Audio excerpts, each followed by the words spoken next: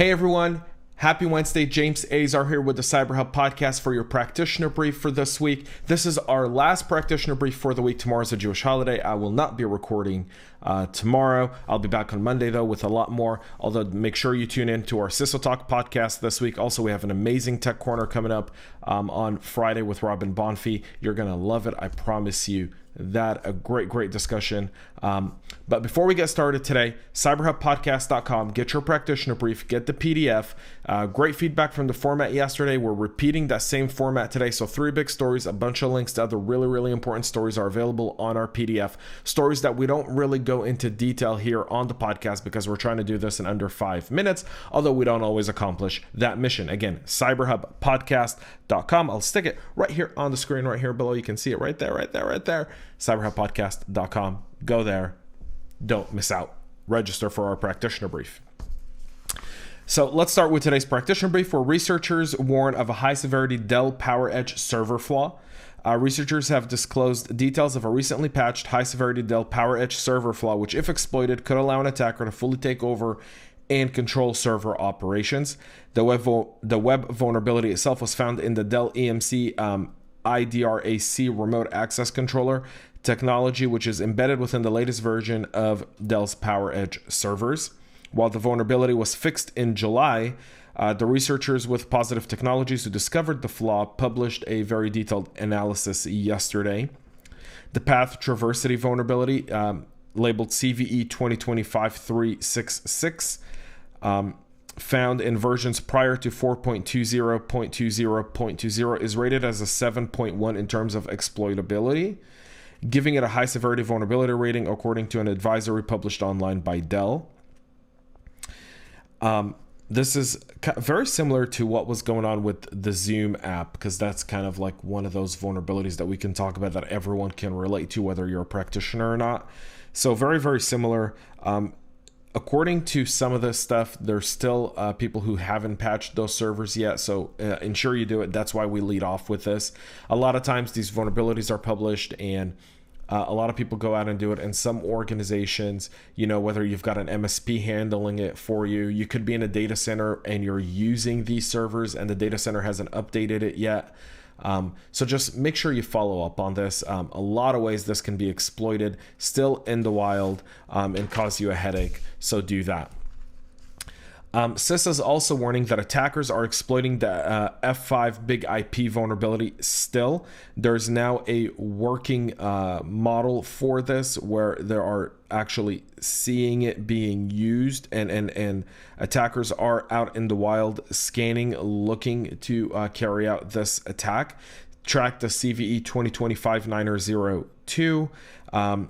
And CISA's warning about 8,000 installations remained unpatched for this flaw, folks. If you fall victim to something like this and you listen to this podcast, you read the news, there's no excuse at this point. Yeah. So let's just get it patched, get it over with. If you can't do it, contact your vendor, contact F5. They'll help you. I'm sure they are. They're a great company, and they'll reach out and do that for you.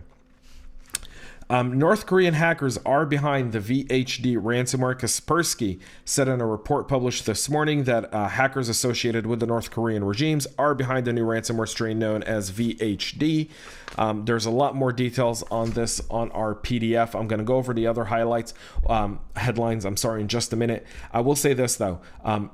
It's been mapped out by many North Korean APT experts that I've spoken with yesterday, today, before we recorded this podcast, that North Korea is in a dire financial need. The COVID-19 has brought about a financial crisis. There's no doubt about that. Many of us can attest to it. We have people in our lives who've lost their jobs that may never come back. We know small business owners that have shut down their doors forever. Their future is uncertain due to COVID-19. Well, North Korea, as a sanctioned regime, is also experiencing this shortage. Foreign support, their ability of some of their customers to be able to buy from them, or some of the illicit stuff. Iran, which was a trade partner to North Korea, doesn't have the money to spend.